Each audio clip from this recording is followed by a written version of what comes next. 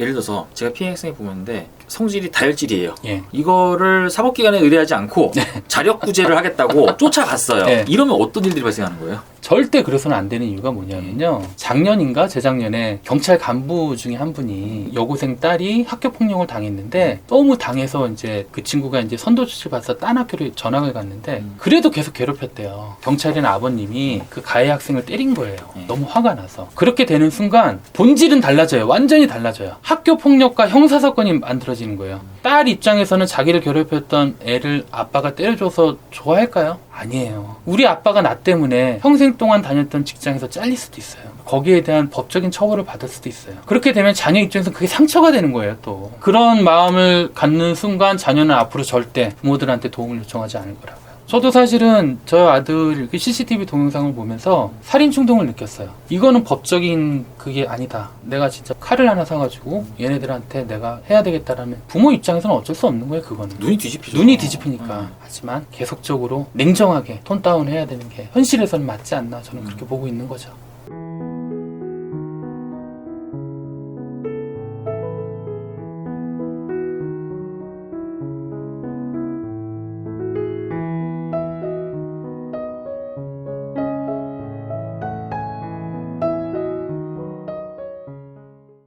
그럼 이제 일이 벌어졌어요. 예. 아이한테 뭐 맞은 흔적이 보였다거나 예. 아니면 지구대로 호출해서 갔다거나 예. 이렇게 알게 되고 난 이후에는 학부모는 어떤 스탠스를 취해야 되는 거예요? 만약에 선생님 자녀분이 만약에 학교 폭력을 당했어요. 그럼 제일 먼저 하시는 게 뭐일 것 같아요? 학교 쫓아갈 거. 학교 가죠. 대부분의 부모들은 그래요. 학교에다가 신고하는 이유는 두 개예요. 첫 번째, 학교가 우리 아이를 좀 보호해달라는 의미예요. 근데 현실에서의 학교 폭력에서의 학교와 선생님의 역할은 우리 아이를 보호해줄 수 없어요. 학교와 선생님들은 되게 드라이해요. 학교 폭력이 발생이 되면 가해 학생, 피해 학생을 나누지 않아요. 그냥 사실 조서만 받을 뿐이에요. 가해 학생이 거짓말을 한다고 해도 거짓말인 줄 알면서도 추궁하지 않아요. 그 이유가 혹시 선생님의 의견이 들어가게 되면은 또 편들었다고 얘기가 나서 그런가요? 그렇죠. 기계적 중립을 요구하는 거죠. 제 아들 겪고 나서 사실조사를 받으러 학교를 갔는데 적어도 우리 아들은 피해 학생이잖아요. 얼굴에도 상처가 있어요. 그러면 누가 봐도 이 친구는 직간접적인 증거가 있고 피해 학생이 다 알고 수 있잖아요. 어느 누구도 와서 저희 아들을 안아주거나 어디 많이 다쳤냐, 뭐 지금은 어떠냐 물어보는 선생님이 없었어요. 두 번째 이제 이게 교육청으로 올라가잖아요. 교육청에 있는 학폭 담당 장학사는 실체적 진실에 다가가는데 훨씬 더 많은 권한이 있어요. 이 사람들은 모든 업무 처리를 다 학폭위에다 밀어요. 그리고 처리 절차 자체가 제 입장에서는 굉장히 이해 안 되는 처리 절차들이 되게 많아요. 저희 아들 같은 경우에는 피해 학생이잖아요. 학교 공문에 저희 아들과 저희 아들 친구가 페이스북으로 나누었던 그 뒷담화를 폭행을 모의했다라는 법률적인 용어를 쓴 거예요. 그래서 제가 그걸 갖고 학교에 물어봤어요. 근데 자기네들은 절대 그 표현을 쓰지 않았대요. 근데 학폭 담당 장학사한테 얘기를 했더니 내부 회의에서 그런 의견이 나왔대요. 언제 어디서 누구랑 했냐라 했더니 그건 비밀이래요. 이 폭행을 모의했다라는 거는 굉장히 심각한 표현이거든요. 그렇죠. 왜냐하면은 잠재적인 범죄자로 만드는 그렇죠. 거예요. 그래서 그렇게 따졌더니만은 나중에 가서 자기가 실수했다라고 말을 바꾸더라고요. 그러니까 이런 식인 거예요. 학교 폭력에 대해서 실체적 진실은 선생님도 알고 있고 장학사도 알고 있어요. 근데 그 사람들 결정 내리지 않아요. 왜냐하면 결정 내리면 자기네들이 민원 때문에 자기들의 업무가 방해가 되기 때문에 학교폭력대책심의위원회라는 제3의 심의기관을 만들어서 거기에다가 다 책임을 몰아버리는 거예요. 저는 사실은 학교와 선생님들을 비난하고 싶은 생각은 없어요. 왜냐하면 그들이 그렇게 된 거는 제도적인 절차도 있지만 부모들 때문에 그런 가능성이 높아요. 실질적으로 학교와 선생님들은 가해 부모, 피해 부모한테 엄청나게 시달림을 받아요. 특히 가해 부모들한테. 하물며 민사소송까지 가는 경우들도 많아요. 어쩔 수 없이 그분들은 기계적 중립으로 갈 수밖에 없는 현재의 사회적 환경이라는 거죠. 단순히 학교와 뭐 교육청의 문제가 아니라 전체적인 시스템의 문제라고 저는 보고 있는 거죠.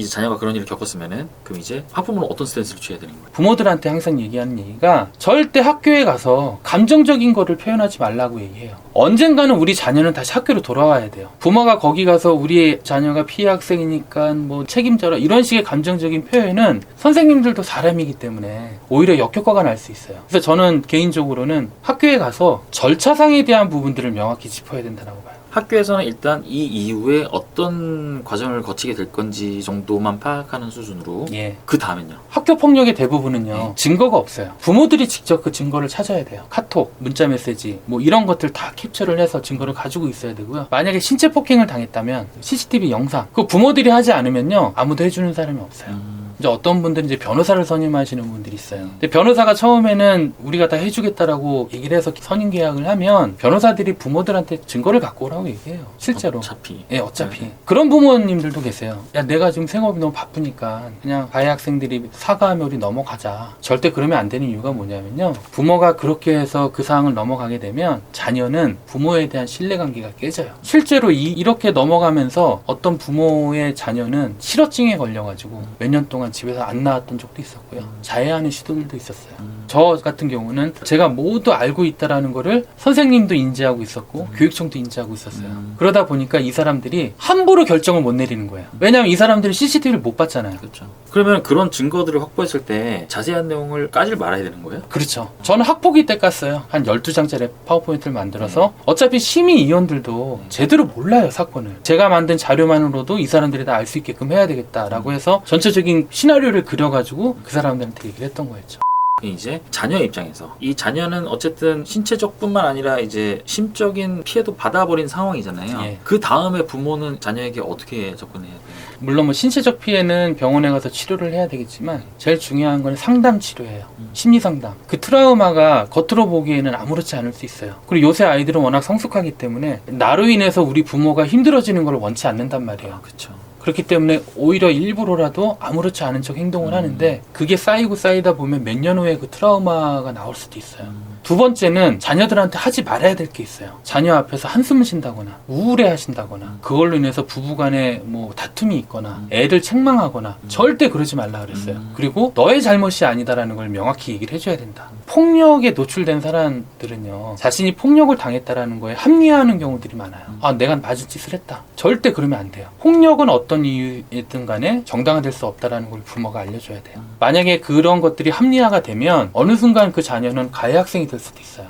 이제 피해 학생 학부모셨잖아요. 예. 가해 학생 학부모와 마주칠 일이 있나요? 없죠. 이게 참 현실이 되게 참 우스운 게 뭐냐면 대부분의 피해 학생 부모는요, 학교 폭력이 발생되면 가해 학생과 부모가 진정 어린 사과를 하면 나는 넘어가겠다라는 입장이에요. 근데 제가 자신 있게 말씀드려요. 절대 사과하는 일은 없을 거다. 그럼 왜 안 하는 거예요? 가해 부모들은 딱 첫 번째 인식, 우리 애는 그런 애가 아닙니다라는 인식. 두 번째, 아이들끼리 장난이에요. 세 번째, 니네가 먼저 원인을 제공했기 때문에 우리가 했다. 이런 인식들이에요. 학폭이 일어나서 학폭이 올라가게 되면요, 실체적 진실은 관심이 없어요. 가해 학생들은 본질을 흐려버려요. 감정 싸움이 돼버리는 거예요. 이게 심의위원장이 반복적으로 물어봐요. 가해 학생이 사과를 하면 용서해주겠냐. 근데 저는 그게 너무나 충격이었어요. 너무나 화가 났어요. 저는 사과를 받은 적이 없잖아요. 근데 계속적으로 화해와 용서를 강조를 해요. 그러니까 저는 그때 생각이 이 사람들도 어쩌면 학교 폭력의 공범일 수도 있겠다라는 생각도 들었던 거예요.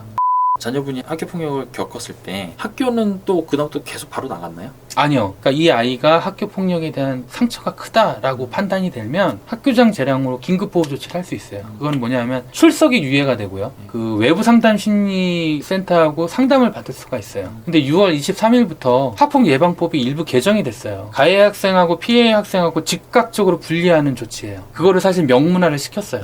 근데 사실은 그 전에도 학폭 예방법에는 그 조항이 있음에도 불구하고 그거를 명문화한 이유는 현장에서 그게 안 지켜지기 때문에 그랬던 거예요. 이번에 개정 발의된 그 법안 가지고 학교와 선생님들이 반발이 되게 심해요. 이렇게 되면 학교와 선생님들은 더 힘들다. 왜냐하면은 실질적으로 가해 학생, 피해 학생이 명확히 구분되지 않은 상황에서 분리를 시켜버리면 가해 학생으로 의심받는 부모들의 민원이 엄청나게 많다라는 거죠. 어떻게 되면 이게 또 다른 피해자를 양산할 수 있다라는 논리들이 있어요.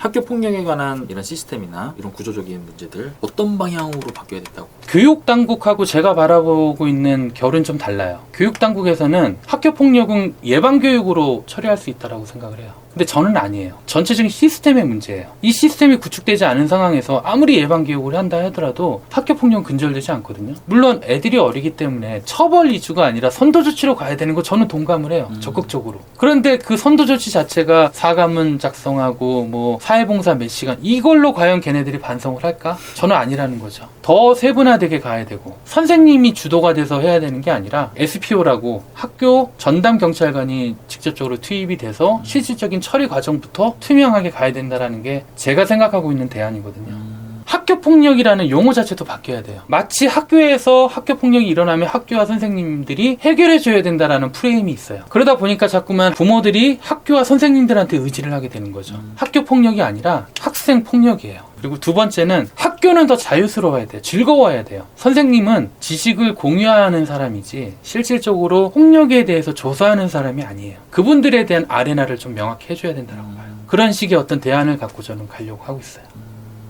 학교 폭력이 일어나면 절대 고민하지 마시고 저한테 연락을 주시면 제가 알고 있는 범위 내에서 최대한 도와줄 것입니다. 그 부분에 대해서 꼭 말씀드리고 싶습니다. 지금 운영하시는 그 연구소 이름이 뭐라고요? 더 나은 미래 연구소입니다. 비용적인 측면도 있나요? 아니, 없어요. 저는 그분들한테 비용을 따로 받지 않아요. 더 나은 미래 연구소를 통한 또 앞으로의 목표나 꿈이나 이런 게 있어요? 저는 학교폭력 피해 가족분들한테 계속적으로 상처를 치유해 줄 것이고요. 두 번째는 학교폭력에 대한 현재 시스템들이 전면적으로 개정될 수 있도록 공론화 작업을 할 거예요. 두 가지 목표를 가지고 계속 진행을 할 예정입니다.